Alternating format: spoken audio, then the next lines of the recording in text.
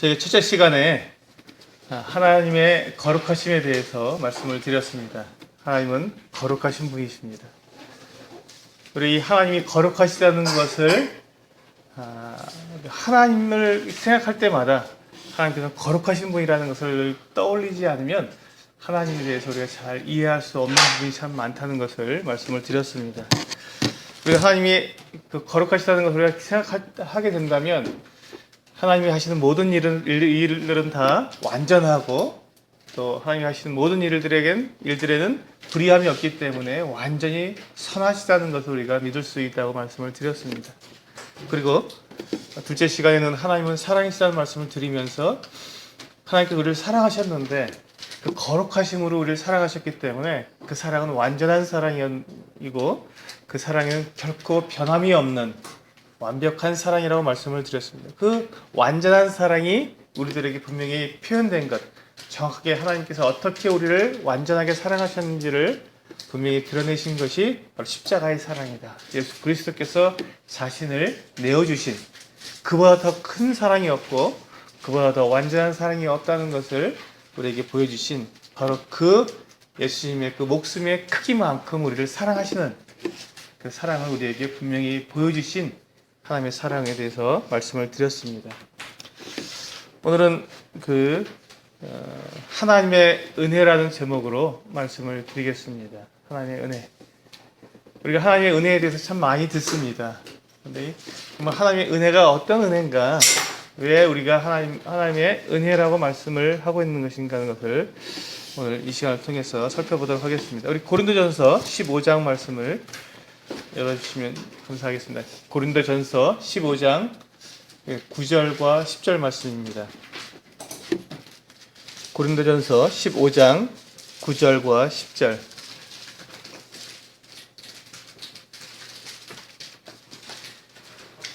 신약성경 고린도전서 15장 9절과 10절. 우리 한 목소리로 같이 읽도록 하겠습니다.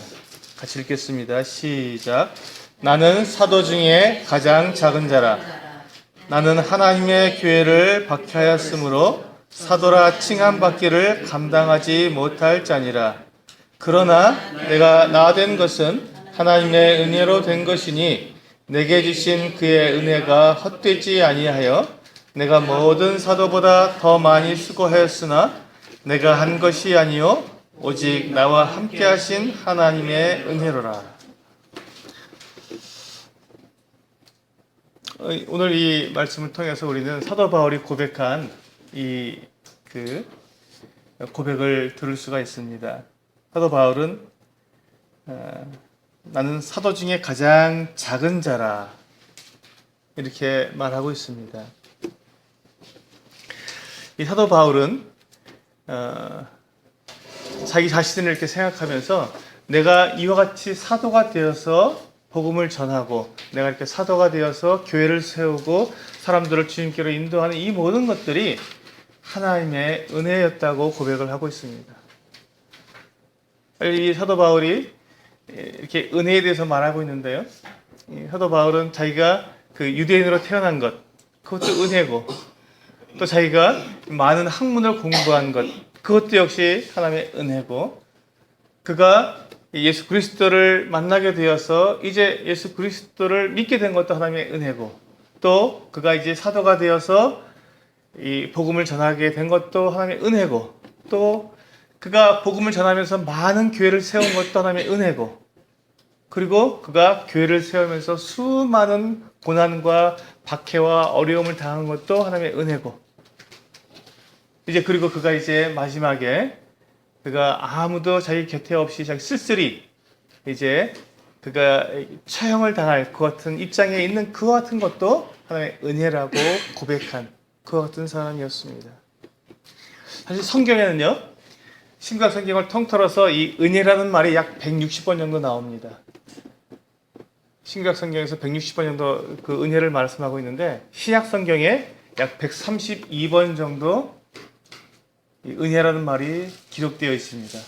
그 중에서 사도 바울이 기록한 바울 서신에만 90번이 기록되었습니다. 히브리서까지, 히브리서를 보통 바울이 기록했다라고 얘기하는데 히브리서를 바울이 기록했다고 이렇게 이야기하게 된, 그렇게 우리가 생각한다면 약 96번을 바울의 서신서에 은혜라는 말이 기록되어 있습니다. 그러니까 총 160번 중에서 96번, 약 100번 정도를 바울이 기록한 거기 때문에 3분의 2 정도를 기록한 것입니다. 신약 성경에서는 굉장히 많이 기록을 했죠. 그래서 바울은 입만 열면 은혜라고 말한 사람이었습니다. 그가 서신을 쓰면 은혜를 말한 사람이었습니다. 그가 그렇게 은혜를 말했는데 그가 왜 이렇게 은혜를 말했냐면 그 자기 자신이 어떤 사람인지 분명히 알았기 때문에 그는 이 은혜를 말하지 않을 수 없었던 것입니다. 그가 어떤 사람이었다고 말하고 있습니까? 아까 읽은 말씀처럼 나는 사도 중에 가장 작은 자라고 말하고 있습니다. 지금 바울이 자기를 이렇게 겸손하게 보이려고 이렇게 하는 말이 아닙니다. 지금 이 말은 겸양을 하기 위해서, 겸손을 이렇게 나타내기 위해서 자기가 사실 그렇게 생각하지 않는데 나도 그냥 동등한 사도고 나도 정말 큰 사도인데 그냥 겸손하게 보이려고 내가 사도 중에 제일 작은 자다 이렇게 말한 것이 아니라는 것입니다. 이게 예의를 갖춘 말이 아니라는 것입니다. 우리는 때때로 그렇게 어떤 말을 할 때 그냥 내 속에 있는 생각과는 다르게 다른 사람이 예의를 갖추려고 그냥 겸손한 채 하는 경우가 있습니다. 근데 바울이 지금 한 이 말은 결코 그런 말이 아니었습니다. 왜냐하면 그 뒤에 바울이 한 말이 있기 때문에 그렇습니다. 그 뒤에 보면 뭐라고 말씀하고 있습니까? 나는 하나님의 교회를 박해하였으므로 사도라 칭함받기를 감당하지 못할 자니라. 사도 바울은 바로 자기가 교회를 박해한 사람이었기 때문에 자기가 사도 중에 가장 작은 자라고 이야기할 수 있었던 것입니다. 이 사도 바울은 자기가 이 교회에 대해서 어떻게 행했는지 그걸 절대로 잊어버린 사람이 아니었습니다. 우리는 때때로 시간이 많이 흐르면 과거에 내가 어떤 사람이었는지를 자주 잊습니다. 개구리가 올챙이짝 시절을 기억 못한다고 하는 말처럼 그런 말이 있는 것처럼 우리는 때때로 우리가 시간이 많이 지나면 내가 과거에 어떤 사람이었는지를 잊어버리기가 참 쉬운데 바울은 그렇지 않았다는 것입니다. 과거에 그가 어떤 사람이었는지 분명히 기억하고 있었습니다. 그가 교회를 어떻게 박해했는지 기억하고 있었습니다. 사도행전 7장에서부터 9장까지에 보면 바로 그와 같은 내용이 자세히 기록되어 있습니다. 바울은 사도행전 7장에서 보면 이 스데반을 죽이는 일에 그가 동참하고 있었습니다. 사람들이 돌을 들어서 스데반에게 돌을 던져서 죽일 때 그가 그 돌 던지는 사람들의 옷을 맡아 갖고 있었습니다. 이 말은 무엇이냐면 증인이었다는 건 증인. 법정에 섰을 때 왜 너희들이 이 사람을 죽였냐 하고 물을 때 이 사람이 그 사람은 죽을 만한 이유가 있었기 때문에 죽었다고 하는 그 증인으로서 그 나타날 수 있는 그것은 자격이 있던 사람이었습니다. 그 증인으로서 그 자리에 있었던 것입니다.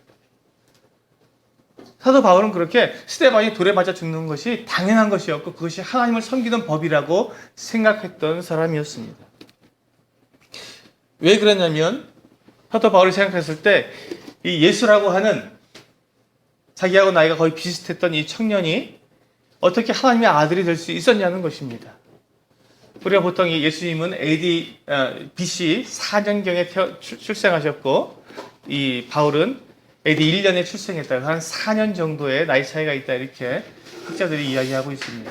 거의 비슷한 같은 또래의 나이였다고 생각이 되는데 이 바울이 생각했을 때 나사렛에서 난 이 젊은 청년, 이 예수라는 사람이 어떻게 하나님의 아들일 수가 있느냐 하는 것입니다. 하나님은 우리가 첫째 시간에 배운 것처럼 거룩하신 분입니다. 어떻게 사람하고 같이 어우러질 수 있는 그런 사람이 그런 존재가 아니라는 것입니다. 하나님은 결코 사람하고 뒤섞여 있을 수 있는 분이 아니라는 것입니다. 사람이 될 수가 없다.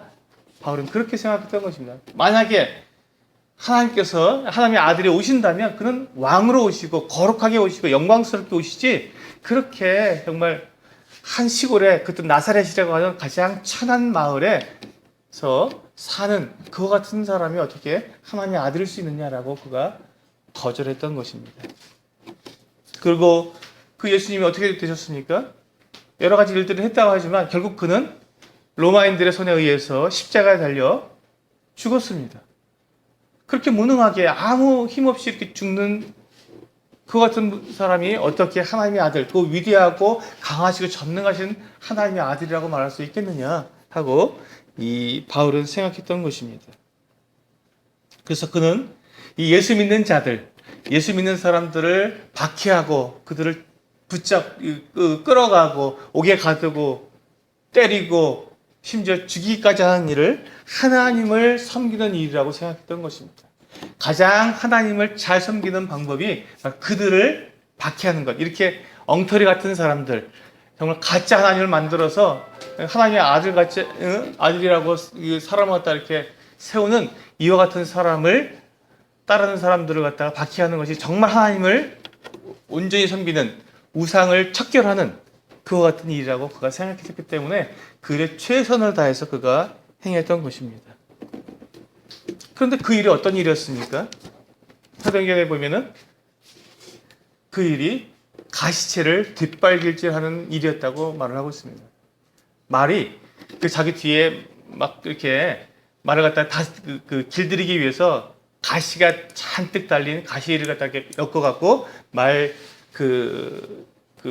뒤에다가 이렇게 놓습니다. 그냥 말이 화가 나고 뒷발질을 할 때 가시가 그 말에 뒷발에 딱 박혀갖고 막 괴로워하게 만드는. 그래서 주인의 말을 듣지 않으면 이와 같이 네가 고통을 받는다는 것을 알려주기 위해서 가시채를 말 뒤에다 놓습니다. 이 말이 그 주인에게 복종하게 하기 위해서 그런 일을 하는데 마치 바울이 하는 게 가시채를 뒷발질하는 것처럼 그렇게 괴롭고 힘든 일, 자기 스스로를 괴롭히는 일이었다고 주님께서 말씀해 주시는 것입니다. 왜 그렇습니까? 예수 그리스도께서 하나님의 아들이셨기 때문에 그렇습니다. 그분이 하나님의 아들이시기 때문에 그가 정말 최선의 일, 하나님을 위한 최선의 일이고 가장 거룩한 일이라고 생각했던 그 일이 오히려 하나님을 반대하는 일이었고 하나님의 아들을 박해하는 일이었고 그가 하나님을 정면으로 대적하는 일이 되었기 때문에 그렇습니다. 바울이 그것을 알게 된 것은 바울이 다메섹이라고 하는 도시에 가다가 그 다메섹이라는 도시의 앞에서 그 길가에서 예수님을 만났기 때문에 그걸 분명히 알게 되었습니다. 그날도 이 사도 바울이 사도가 되기 전이죠. 바울이 그 다메섹에 간 이유가 그 다메섹에 살고 있는 다메섹이라고 하는 그 도시에 살고 있는 이 예수 믿는 사람들 그리스도인들을 붙잡아다가 옥에 가두려고 하는 그 같은 목적으로 다메섹으로 가고 있었습니다.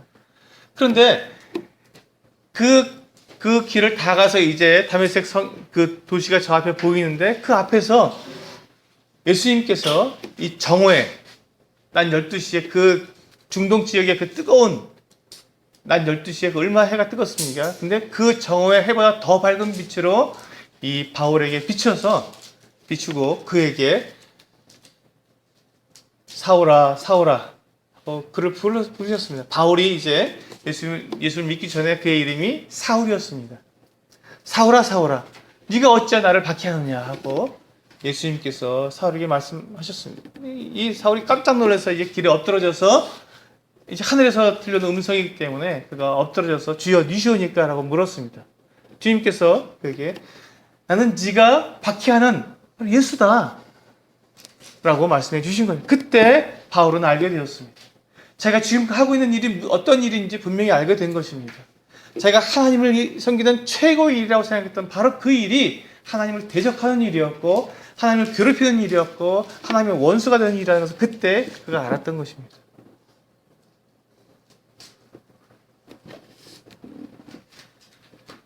이제 바울은 어떻게 해야 되겠습니까? 자기 자신이 어떠한 사람인지 분명히 알게 되었는데 이제 자기 자신을 어떻게 하면 좋겠습니까? 자기가 성경을 모르는 것도 아니고 하나님을 믿지 않는 것도 아니고 또 성경에서 이 하나님의 아들이 그들을 구원하기 위해서 오신다는 이 놀라운 약속을 그가 모르는 것도 아니었는데 그 성경을 너무 잘 알고 있었다고 그가 스스로 생각하고 있었었는데 하나님의 아들 예수 그리스도께서 이 땅에 오셨는데 그분을 알아보지도 못했고 다른 사람들은 알아보고 그분을 믿고 그분을 섬겼지 않습니까? 근데 자기는 오히려 그렇게 성경을 잘한다고 생각했던 자기는 그 예수 그리스도를 알아보지도 못했고 오히려 그 예수 믿는 사람들을, 하나님의 아들을 믿는 사람들을 오히려 박해했으니 그가 얼마나 부끄럽고 괴롭고 더군다나 하나님 앞에서 얼마나 큰 죄인이라는 것을 그가 깨달았겠습니까? 그가 곰곰이 자기 자신을 생각했을 때 정말 딱 드는 생각이 아마 죽고 싶었을 것입니다. 얼마나 괴로웠겠습니까?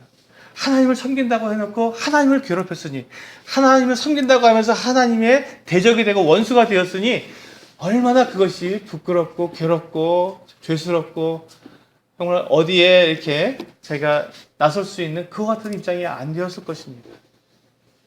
그는 정말로 죄인 중에 내가 괴수라고 말한 이것이 그가 그냥 한 말이 아니라 하나님을 자기가 어떻게 대했는지, 하나님의 아들하고 자기가 어떻게 대했는지를 분명히 알았기 때문에 그는 그렇게 고백할 수밖에 없었던 것이죠.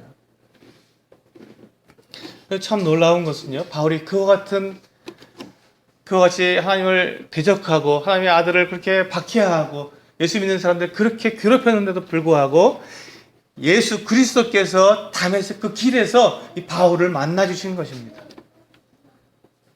예수님께서 이 바울을 만나 주셨을 뿐만 아니라 바울이 고백하기를 이제 그리스도께서 내 안에 들어와서 내 안에 살고 계시다고 말씀하고 있는 것입니다.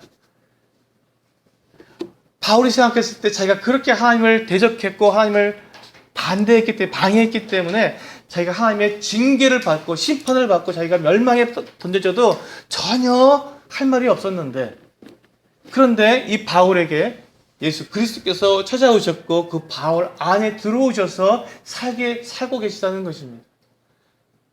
어찌 이것이 이런 일이 있을 수 있었는지 바울은 너무 놀랐던 것입니다. 이런 말도 안 되는 일,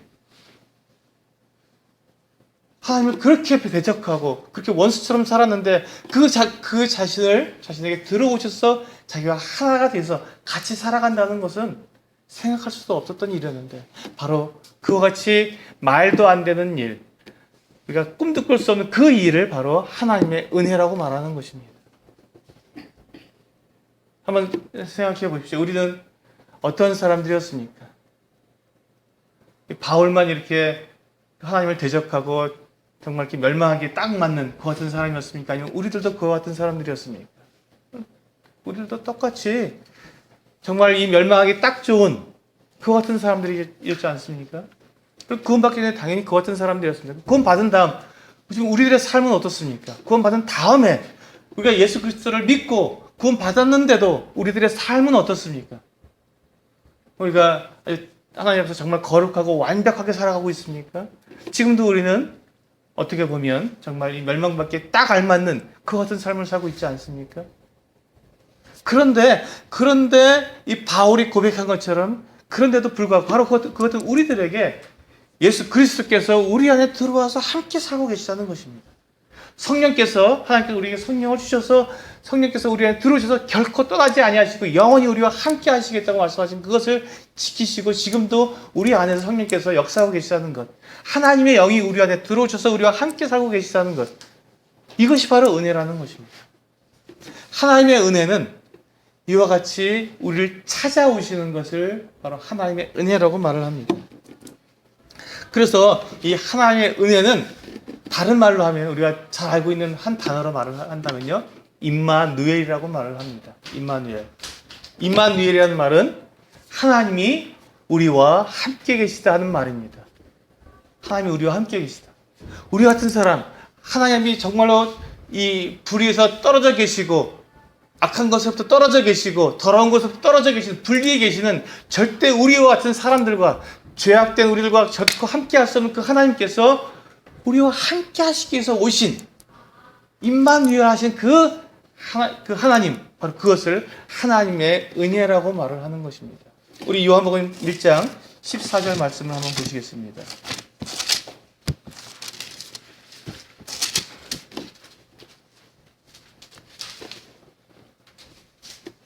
요한복음 1장 14절.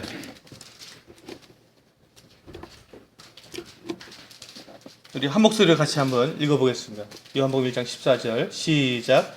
말씀이 육신이 되어 우리 가운데 거하심에 우리가 그의 영광을 보니 아버지의 독생자의 영광이요 은혜와 진리가 충만하더라. 네, 여기 보시면 말씀이 육신이 되어 우리 가운데 거하심에라고 되어 있습니다.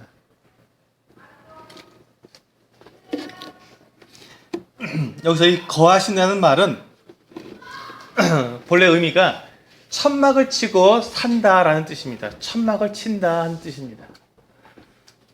하나님의 아들께서 우리 가운데 천막을 치고 사시는 것입니다.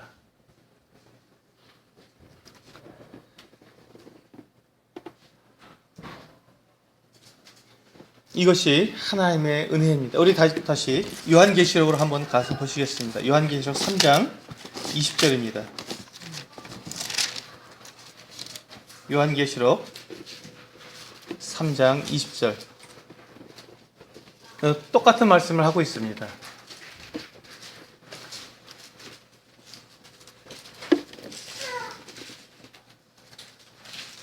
요한계시록 3장 20절. 네, 우리 같이 한번 읽어보겠습니다. 시작. 볼지어다 내가 문 밖에서 서서 두드리노니 누구든지 내 음성을 듣고 문을 열면 내가 그에게로 들어가 그와 더불어 먹고 그는 나와 더불어 먹으리라. 여기 보시면 지금 누가 주님께로 찾아갔습니까? 주님께서 우리를 찾아오셨습니까? 네, 사람들이 주님을 찾아간 것이 아니라 주님께서 우리를 찾아오신 것입니다. 주님께 찾아오셔서 문 밖에 서서 예수님께 두드리시는 것입니다. 그때 그 음성을 듣고 예수님의 음성을 듣고 문을 열면 내가 그에게로 들어가서 그와 더불어 먹고 그는 나로 더불어 먹으리라. 함께 먹고 산다는 것입니다. 이것이 천막을 친다는 말하고 같은 말입니다. 우리 안에 거하신다고 하시는 말씀이 육신에 우리 안에 거하신다고 하는 말씀과 같은 말씀입니다. 거룩하시고 불의가 조금도 없으시고 이 악으로부터 떠나 계신 이 하나님께서 죄와 죄를 짓기를 물마심 같이 하고 있고 죄 가운데 살고 있는 우리 사람들 가운데 들어오셔서 우리와 함께 먹고 마시고 산다고 하는 이것이 바로 하나님의 은혜라는 것입니다.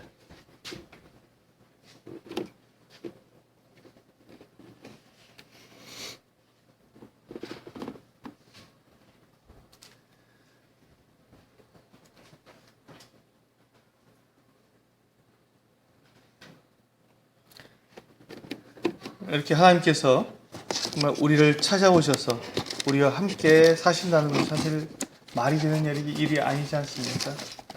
우리가 아무리 생각을 해도 하나님께서 우리 같은 사람들에게 들어오셔서 함께 사신다는 것은 말도 안 되는데 그 말도 안 되는 일이 바로 하나님의 은혜라는 것입니다. 그래서 우리가 많은 사람들이 이렇게 생각합니다. 나는 하나님을 잘 섬기지도 못하고 하는 것도 없고 제대로 살지도 못하는데 어떻게 주님께서 나와 함께 하시겠어? 나 말고 저렇게 경건하고 저렇게 하나님을 열심히 섬기고 저렇게 훌륭한 저 형제 자매들하고는 하나님께서 같이 하실 수 있어도 나 같은 사람하고는 하나님께서 같이 하실 수 없어 라고 생각하는 사람들이 있습니다. 그것은 정말로 하나님의 말씀을 정면으로 대적하는 것입니다. 주님께서 이렇게 말씀하시지 않았습니까? 누구든지 내 음성을 듣고 문을 열면 내가 그에게로 들어가 내가 그로 더불어 먹고 그는 나와 더불어 먹으리라. 주님께서 분명히 말씀하셨습니다. 주님께서 함께 들어가 먹고 살 수 있는 함께 할 수 있는 그 대상의 그 조건은 딱 한 가지밖에 없다고. 내 음성을 듣고 문을 여는 사람, 그가 어떻게 사는 사람이 아니라 그가 어떤 사람이냐가 아니라 그가 누구냐가 아니라 문을 여는 그 사람에게 난 그게 들어가 그와 더불어 먹고 그는 나로 더불어 먹으리라고 말씀하신 것입니다. 그렇기 때문에 나를 그렇게 생각하고 또 어떤 사람에 대해서도 저 형제는 저 자매는 그러면 어떻게 하나님께서 저런 형제와 같이 함께 하시겠어라고 말하는 것, 그런 것들이 바로 하나님의 말씀의 정면으로 대적하는 것입니다. 주님은 결코 그렇게 말씀하시지 않았습니다. 우리 모든 사람들에게, 모든 예수 그리스도를 믿는 모든 사람들에게 들어오셔서 함께 먹고 사신다고, 더불어 먹고 산다고 주님께서 말씀하신 것입니다. 하지만 이 세상 종교는 항상 이렇게 거꾸로 말을 합니다. 내가 열심을 하고 내가 최선을 다하고 내가 사랑하고 섬기고 헌금하고 정말 막 봉사하고 많은 일을 하면 그런 사람은 하나님께서 사랑하시고 하나님께서 그와 함께 하시고 그래서 그는 복을 받고 그래서 그는 천국에 간다고 이렇게 이야기를 합니다. 이게 세상 종교가 하는 방법입니다. 이렇게 내가 하나님을 찾아가도록 하나님께 나를 찾아오시는 것이 아니라 내가 하나님을 막 찾아가도록 만드는 것, 그것이 세상 종교가 하는 일입니다.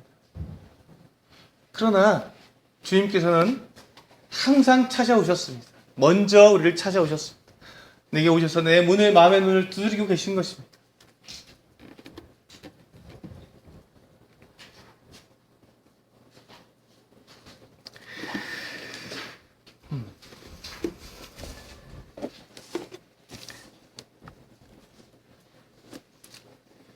우리는 제가 제 자신을 생각할 때도 참 경건치 않을 때 우리 주님께서 저를 찾아와 주셨습니다. 제가 하나님을 전혀 모를 때, 하나님에 대해서 생각하지도 않을 때, 예수 그리스도가 누군지 알지도 못할 그때 주님은 저에게 찾아오셨습니다. 그리고 주님이 어떤 분이신지 저에게 알려주셨습니다. 그래서 저는 예수님을 그 음성을 듣고 제가 제 마음의 문을 열고 주님을 제 구주로 영접을 했습니다. 그분이 저를 사랑하셨고 나를 위해서 자기 자신을 다 내어주셔서 십자가에 달려 죽으셔서 내 모든 죄를 다 용서하셨기 때문에 그래서 저는 제 마음의 문을 열고 그분을 제 주인으로 모셔 드린 것입니다. 그 이후에 제 삶도 뭐 별반 다를 것이 없지 않습니까? 똑같이 살아갑니다. 물론 그 믿음 가운데서 살아가지만 저도 잘못도 하고 죄도 짓고 불의와 악한 것과 이런 것들을 사이에서 살아가고 있습니다. 그런데 그럼에도 불구하고 하나님께서는 결코 나와 약속하신 것처럼 나를 떠나지도 아니하시고 나를 버리지도 아니하시고 나와 함께 하시고 계시다는 것입니다. 이것이 바로 은혜요. 그렇기 때문에 우리는 그 하나님께 감사할 수밖에 없는 것이죠. 하나님은 거룩하신 분이십니다. 하나님은 완전하신 분이십니다. 정결하시고 악을 쳐다보시지도 아니하시는 그와 같은 분이십니다. 그런데 그와 같이 불의가 조금도 없으신 바로 그분이 나와 먹고 마신다는 것, 생각만 해도 정말 가슴 벅차는 일이고 감사가 넘쳐나는 일입니다. 그런데 여기서 우리가 한 가지 의문점이 생기지 않습니까? 어떻게 그 정결하시며 거룩하신 그 하나님께서, 불의와 떠나 계신 그 하나님께서 어떻게 나와 같은 자와 함께 하실 수 있냐는 것입니다. 어떻게 나와 같이 이렇게 죄악 가운데 거하는, 죄 중에 거하는 나와 함께 하실 수가 있냐는 것입니다. 하나님의 거룩이 망가지지 않겠습니까? 손상되지 않겠습니까? 바로 그래서 우리는 어제 이 사랑에 대해서, 하나님께서 우리를 사랑하신 그 큰 사랑에 대해서 우리는 배웠습니다. 하나님께서 우리를 찾아오시기 위해서 하나님께서 하신 일이 있습니다. 그것은 바로 우리의 모든 죄를 다 용서하시는, 다 씻어주시는, 깨끗하게 씻어주시는 사랑하는 방법이었습니다. 예수 그리스도께서 자기 자신을 십자가에 내어 주심으로써 우리의 모든 죄를 다 씻어주시는, 결코 하나님을 만날 수 없었던 나를 깨끗하게 씻어주셔서 완전히 거룩하게 하시는 그와 같은 일을 예수 그리스도를 통해서, 예수 그리스도의 그 사랑을 통해서, 희생을 통해서 우리에게 이루어 주셨다는 것입니다.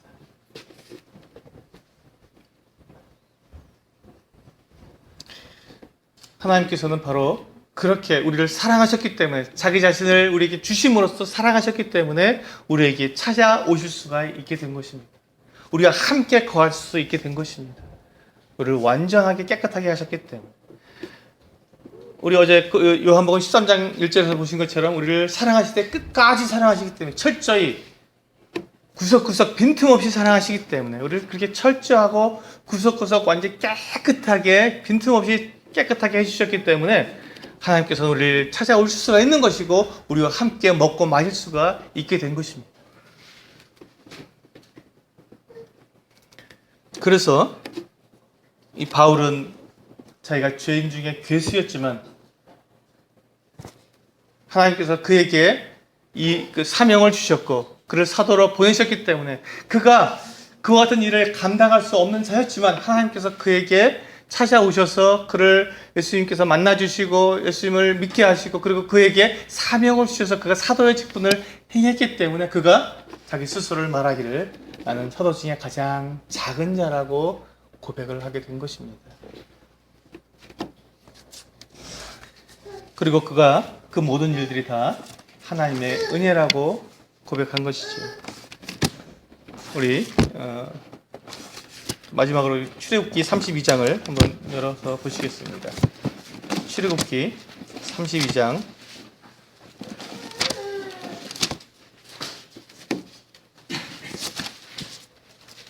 17절입니다.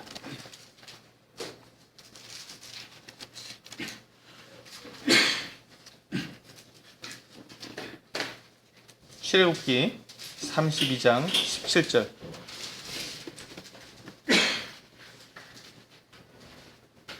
구약성경 출애굽기 32장 17절입니다. 제가 읽어드리겠습니다. 여호수아가 백성들의 요란한 소리를 듣고 모세에게 말하되 진중에서 싸우는 소리가 나나이다. 18절에 모세가 이르되 이는 승전가도 아니요 패하여 부르짖는 소리도 아니라 내가 듣기에는 노래하는 소리로다 하고, 이게 어떤 내용이냐면요, 모세가 시내산에 올라가서 하나님을 만나서 40일 동안 지내면서 이 율법을 십계명을 받습니다. 이 십계명 두 돌판을 가지고 이제 시내산에서 내려오게 되는데, 그러다가 이제 그 산 밑에서, 시내산 밑에서 기다리고 있었던 이 여호수아를 만나게 됩니다. 그래서 여호수아와 함께 이제 그 진으로 내려가고 있는데 여호수아가 진중에서 막 소리가 들리는 것입니다. 그래서 이 여호수아가 진중에서 싸우는 소리가 들립니다라고 얘기를 했습니다. 이 모세가 아니다, 저건 이건 싸우는 소리가 아니다. 전쟁에서 승리한 소리도 아니고 또 전쟁에 패해서 막 울부짖는 그 같은 소리도 아니다. 저거는 노래하는 소리다라고 얘기한 것입니다. 어떤 일이 있었습니까? 모세가 이제 그 시내산에 올라가서 그 율법을 받는 동안에 너무 오랫동안 모세가 그 내려오지 않자 사람들이 이 아론에게 가서 이야기합니다. 모세는 이제 어떻게 됐는지 모른다. 우리를 이끌어낸, 이 애굽에서 이끌어낸 모세는 이제 죽었는지 살았는지 모르겠다. 근데 우리는 지금 여기서 이렇게 그냥 앉아만 있으니 돌아다녀서 살 수가 없다. 이제 아론에게 우리를 위해서 한 신을 만들라. 신을 만들어 달라고 얘기했습니다. 우상을 만들어 달라는 것입니다. 그래서 이 아론이 그러면 금부치를 다 달라. 그래서 금부치를 다 모아다가 불에 던졌더니 송아지가 나왔습니다. 금송아지를 만든 것이죠. 그리고 그 금송아지를 만들어 놓고 거기다 대고 이것이 우리를 그 애굽에서 건져낸 하나님이다 라고 말하면서 그 금송아지에다가 절을 하고 그 금송아지를 하나님으로 섬겼던 것입니다. 그러면서 그 앞에서 뛰놀고 막 노래하면서 야, 이제 우리의 신이 생겼다. 모세는 죽었지만 보이지 않는 하나님은 없어졌지만 이제 우리가 눈에 보이는 이 금송아지가 있으니 우리는 이제 신이 우리와 함께 하고 있으니, 그 금송아지가 자기와 함께 하고 있으니 우리는 이제 살았다라고 말을 하는 것입니다. 그 모습을 보고 이제 모세와 여호수아가 와서 이제 그들에게 그 모습을 보았습니다. 그때 그 앞에 보시면요, 32장 10절인가요? 네, 10절에 보시면 하나님께서 이렇게 말씀하십니다. 32장 10절에 보면 하나님께서 그런즉 내가 하는 대로 두라. 지금 하나님께서 모세에게 하시는 말씀입니다. 그런즉 내가 하는 대로 두라. 내가 그들에게 진노해서, 이 우상을 지금 만들어서 섬기는 이 이스라엘 백성들에게 진노해서 그들을 진멸하고 너를 큰 나라가 되게 하리라.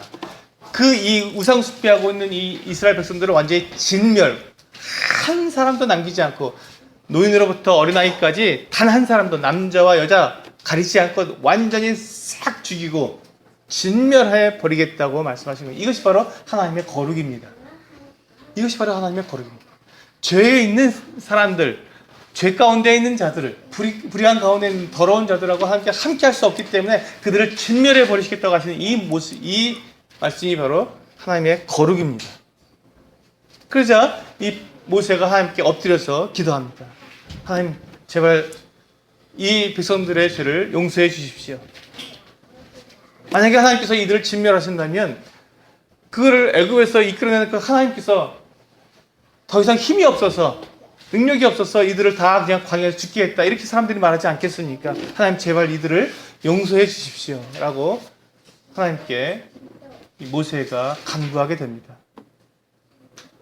그리고는 이제 이 모세와 여호수아가 내려가서 이 진중에 가서 이제 사람들에게 얘기합니다. 누구든지 여호와 편에 서줄 사람 나와라. 그때 레위 지파가 나오게 되었습니다. 레위 지파 사람들이 나와서 그들에게 어디 각기 칼을 차라. 칼을 가지고 가서 이제 그 진중에 돌아다니면서 사람들을 죽이기 시작했습니다. 그날에 3,000명을 죽였습니다. 3,000명. 그리고 그들의 그 희생, 3,000명의 죽음을 통해서 하나님께서 이 이스라엘 백성들을 용서해 주셨습니다. 이것이 하나님의 사랑입니다. 원래 이 이스라엘 백성들 200만 명이 넘는 이 사람들이 다 죽어야 했지만 하나님께 이 3,000명의 죽음을 통해서 그들의 핏값을 통해서 이 200만 명의 사람들을 용서해 주신 것입니다.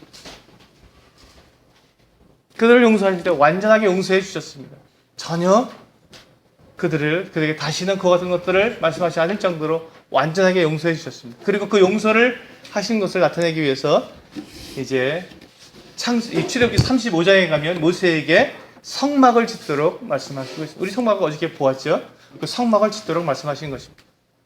이스라엘 백성들 200만 명이 넘는 그 사람들이 천막을 짓고 다 그 광야에서 생활하고 있는데 하나님도 그들 가운데 똑같이 천막을 치고 함께 살겠다고 말씀하신 것이 이 성막입니다. 천막 우리 어제 보셨지 않습니까? 천막을 치고 있지 않습니까? 똑같이 그 천막을 치고 이스라엘 사람들 가운데 진 가운데 들어오셔서 그들 사이에서 거하시겠다. 내가 너희를 완전히 다 용서했고 너희들이 그와 같이 우상을 섬기고 그와 같은 죄를 범했지만 내가 너희를 용서하고 사랑으로서 용서하고 그리고 너희와 함께 거하겠다고 하신 것이 바로 이 성막입니다. 이 성막은 하나님의 은혜의 모습이고 하나님의 은혜의 표현입니다. 그래서 이 성막 한가운데 뭐가 있습니까? 예, 성소와 지성소가 어저께 보셨지 않습니까? 성소와 지성소가 있었습니다. 그리고 성소에 들어서 그 지성소 안에 들어가면 법궤가 있습니다. 그 법궤 위에 두 그룹이 이렇게 날개를 맞대고 있고 그 밑에가 법궤 뚜껑 바로 위가 무엇입니까? 시은좌라고 합니다. 시은좌. 은혜가 나타내 보이는 자리. 은혜가 나타나는 자리. 시은좌. 그 법궤 뚜껑 그 위를 갖다 시은좌라고 합니다. 하나님의 은혜가 나타나는 자리라고 해서 그걸 시은좌라고 합니다. 거기에 1년에 한 번 대제사장의 대속죄일에 그 피를 가지고 들어가서 그 시은좌에다가 피를 뿌립니다. 그 피를 통해서 하나님께서 이 온 백성들의 모든 죄를 다 용서해 주셨다는 것을 나타내 주시기 때문에 그 자리를 시은좌라고 말을 합니다. 하나님께서 우리와 함께하고 계시고 온 백성들의 죄를 다 용서하셨다는 것을 피를 통해서 보여주셨기 때문에 그곳을 시은좌라고 말을 합니다. 은혜가 나타나는 곳이다.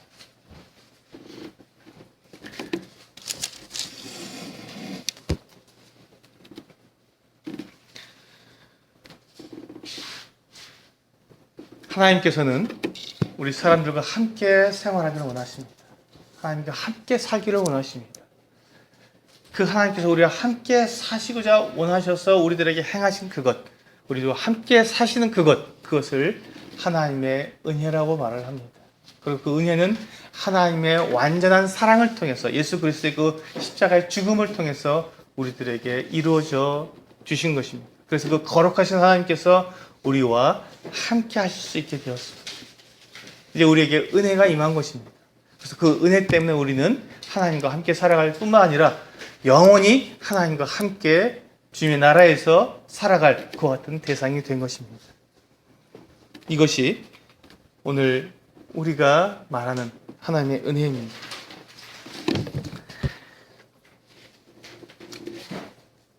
저는 우리 성도님들께 이 하나님의 은혜를 말씀을 드리면서 제가 생각해 본 것이 있습니다. 우리 모임 대체로 굉장히 이 하나님의 이 거룩하심에 굉장히 강합니다. 그리고 우리는 굉장히 하나님 믿는 자와 믿지 않는 자의 분리가 분명합니다. 그리고 이제 거룩합니다. 그리고 율법적이고 대단히 우리는 그 정결한 삶을 우리는 참 추구합니다. 대단히 중요합니다. 굉장히 잘하고 있는 것입니다. 그리고 예수 그리스도의 사랑에 대해서 굉장히 우리는 잘 알고 있습니다. 그런데 한 가지 조금 부족한 것이 있다면 이 은혜가 부족한 것입니다.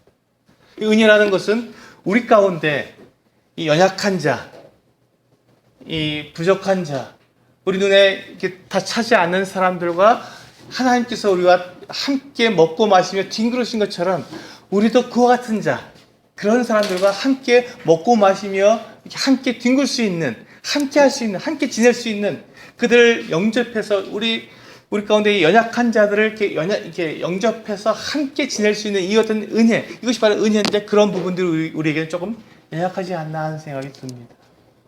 우리 서수교회를 말하는 게 아니라 우리 모임 전체의 분위기를 말씀드리는 겁니다. 근데 이 일반 그 교계, 이 교파교회라고 하는 이 교계는 어떻습니까? 은혜는 넘칩니다. 그냥 누구든지 다 오라고 부릅니다. 다 와 좋다. 아무나 와도 좋다 하고 다 불러 모읍니다. 은혜는 넘칩니다. 근데 거기에 뭐가 부족합니까? 거룩이 없습니다. 그들은 분리되어 있지 않습니다. 하나님 믿는 자와 믿지 않는 자가 그냥 섞여서 있습니다. 뭐가 뭔지 모릅니다. 그냥 다 뒤죽박죽입니다. 거룩이 없습니다. 그렇기 때문에 그들은 거룩하지 못하기 때문에 하나님을 온전히 드러내지 못합니다. 이와 같은 상황 속에서 우리에게는 은혜가 부족하고 이 교파에는 이 거룩이 부족합니다. 그래서 저는 우리 서수교회 성도님들께 오늘 이 말씀을 마치면서 부탁드리고 싶은 것은 이 거룩을 결코 우리는 놓쳐서는 안 됩니다. 우리는 거룩해야 합니다. 정말 우리는 이 믿는 자, 믿지 않는 자를 정확하게 우리는 분별할 수 있어야 되고 우리의 그 의론과 불의가 우리는 분명하게 나눠져 있어야 합니다. 우리는 거룩한 삶을 우리는 추구해야 합니다. 그런 가운데서 우리 예수 그리스도의 그 사랑을 입은 자로서 우리가 연약한 자, 아직 잘 모르는 자, 무지한 자, 그 같은 사람들에게 우리의 예수님께서 찾아오신 것처럼 우리를 찾아오신 것처럼 그들을 우리가 받아들이고 용납하고 그들과 함께 하나님의 사랑을 나눌 수 있는 그 같은 여유가 우리들에게, 그 같은 은혜가 우리들에게 필요하다고 말씀을 드리고 싶습니다. 하나님은 거룩하신 분이십니다. 하나님은 그 사랑이 결코 조금도 부족하지 않으셨습니다. 그리고 그 은혜가 넘치셨습니다. 거룩과 은혜가 결코 충돌하지 않으셨습니다. 그것이 온전하게 우리 하나님께 그대로 역사하셨습니다. 그 모습을 그대로 우리 서수교회 성도님들에게 저는 그대로 보여드렸고 또 그것을 그대로 우리가 또 본을 받아야 한다고 말씀을 드리는 것입니다. 우리들에게 거룩과 하나님의 사랑과 그리고 은혜가 함께 있는 그 같은 우리 서수교회가 되기를 저는 바라는 마음으로 말씀을 드렸습니다. 네, 이렇게 저는 하나님을 이번 말씀을 준비하면서 하나님이 참 큰 은혜를 입었습니다. 이와 같은 말씀들을 정리할 수 있게 해주셨고 깨닫게 해주셨고 또 이렇게 전할 수 있게 해주셔서 하나님을 제가 기억할 때마다 이 거룩하신 하나님을 기억할 수 있게 되었고 그분 앞에서 제가 받은 은혜를 다시 한번 제가 정말 올챙이적 시절 제가 구원받기 전에 제가 어떤 사람이었는가를 다시 한번 기억할 수 있었던 귀한 시간이었습니다. 우리 성도님들에게도 그와 같은 시간이 되었었으면 감사하겠습니다. 이상입니다. 감사합니다.